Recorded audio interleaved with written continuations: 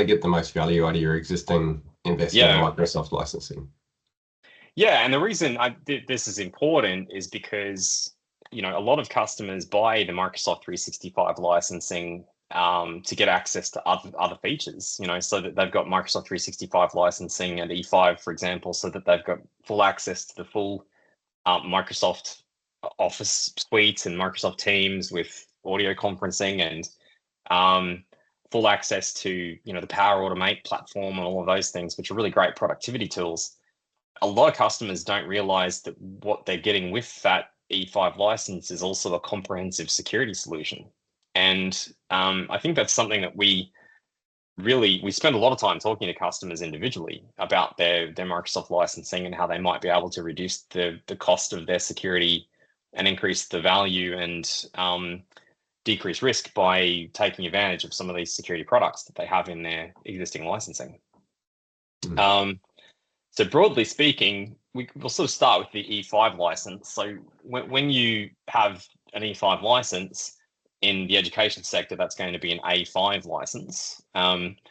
You get the full Microsoft Defender XDR suite, and that includes Microsoft Defender for Endpoint P2, which is the full EDR product. You get Microsoft Defender for Office 365, which controls security for email, Teams, and SharePoint.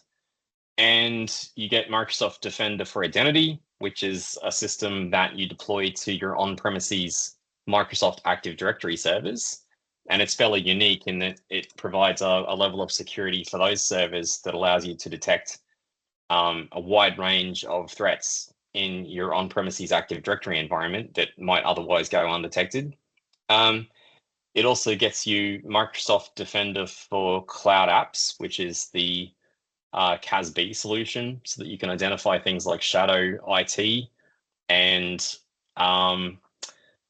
identify cloud applications and risks that are associated with cloud applications in your environment and alert on things like cloud application use, software as a service use within your organization.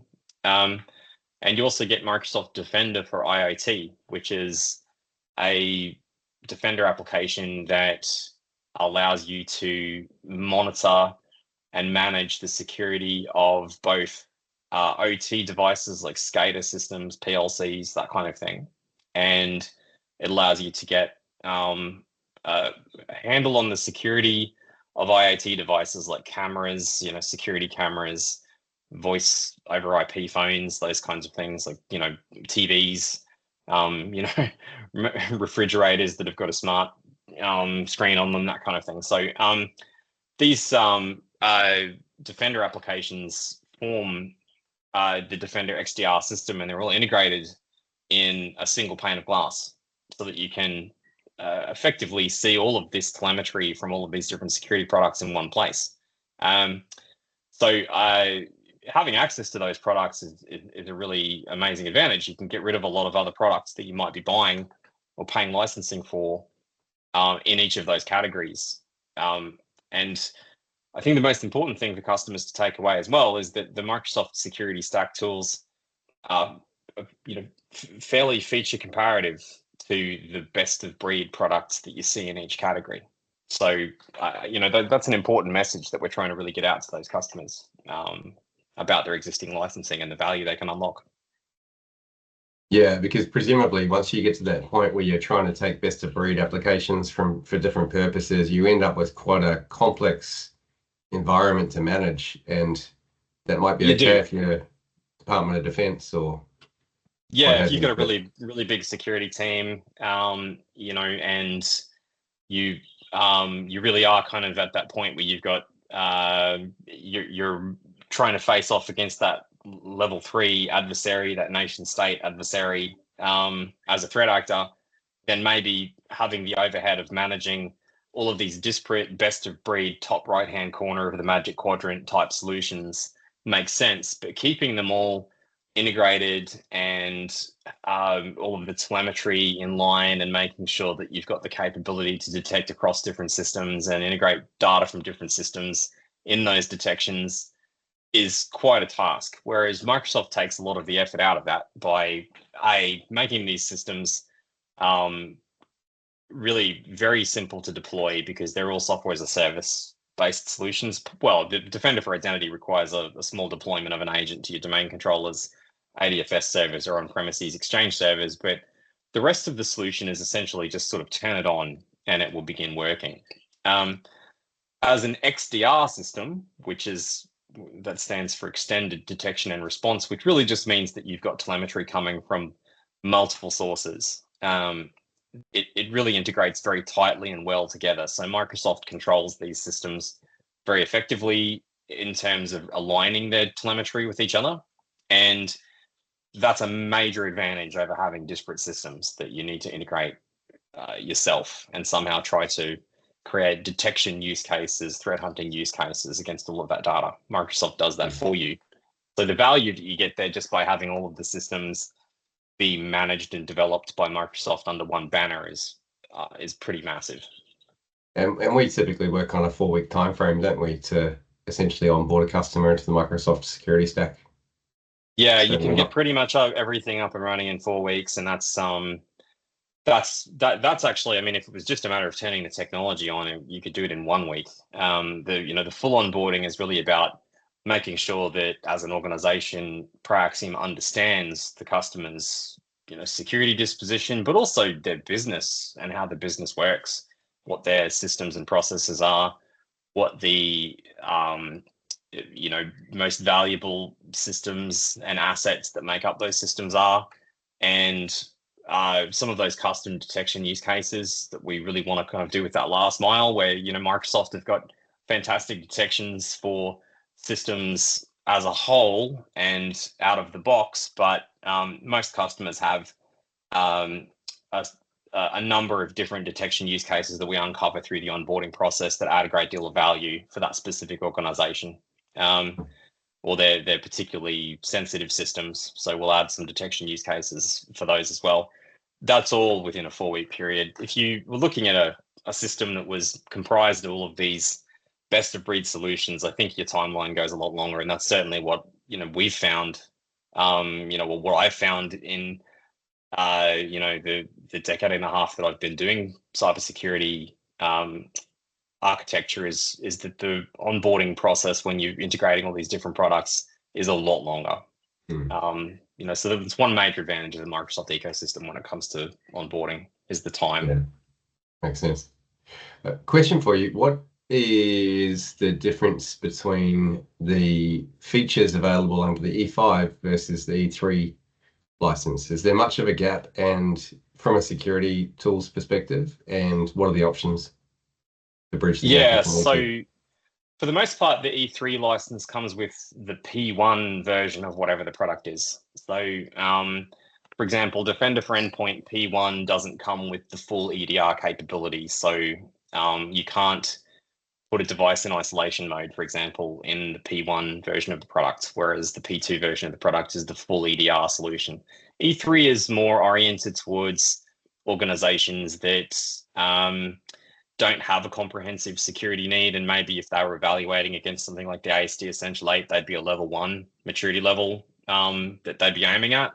If you're aiming at anything above, maturity level 2, you're really looking at that E5 security set. The other thing it gets you is the E3 license gets you Microsoft Entra ID P1. So your identity is a little less controlled in the P1 license than it is in the P2 license. So conditional access into your identity system is a lot better at the E5 level. And I think there's a series of other, reductions in the feature set across all of the Defender applications at each level. I believe it is possible to have the E3 license and then upgrade specific P1s to P2s. That's right. So there's a E3 license with a security add-on for E5. So you can, it's definitely less than the full E5 license because you don't get the full productivity suite feature set with E3 plus security E5. But you get all of the security features, and it's often the most cost-effective way to get into the E5 security licensing is to buy that add-on for E3.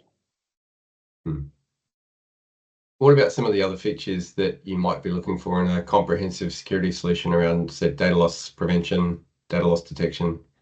How do they fit into the model? Well, you get that's really kind of into Microsoft's data lifecycle management solution, which is called Microsoft Purview. So Microsoft Purview is also a feature of the E3 and E5 licensing, and this effectively allows you to integrate labels or to label your data. You can do that in a manual way, or you can do it in an automated way, so that the data is labeled with a sensitivity label, for example, and you can decide which labels are assigned and name them yourself, and then you can construct policy around those labels. And the policy is actually enforced in a number of different ways in the Defender ecosystem. One of which, an example would be Defender for Endpoint. You know, if you set a sensitivity label for something like personally identifiable information or credit cards, things like social security numbers and tax file numbers and those kinds of numbers that you might be dealing with in terms of personal data, the user endpoint will enforce things like not allowing that file to be sent in an email, or not allowing that file to be uploaded to a cloud application, for example. So labeling the data and then having the Defender systems act as enforcement points for those labeled data as they're moving through the organization is a pretty powerful feature. So that's something that there's a lot of value in the Microsoft security toolset as well. I would love to keep going with this, because my next question was going to be, tell me about Microsoft Lighthouse. Oh, yeah, okay. So Microsoft's Lighthouse solution is effectively a way for organizations to construct their own Azure-based resources and manage them themselves, and but also allow them to be projected into a service provider's Azure tenant for management.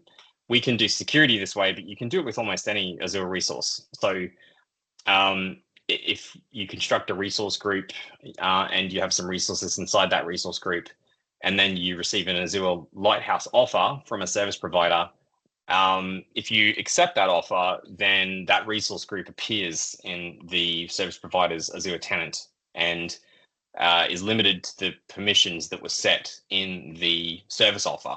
So, for example, when Proaxiom does security operations center work, the managed SIEM component of our security operations center uses Microsoft Sentinel in conjunction with Azure Lighthouse to project the customer's Azure Microsoft Sentinel instance into our Azure tenant. So effectively what this means is that all of the intellectual property and effort and productivity that goes into building the Microsoft Sentinel instance is kept in the customer's own environment. And that includes detection logic and rule processing and any of the existing kind of threat hunting logic and all of that kind of thing.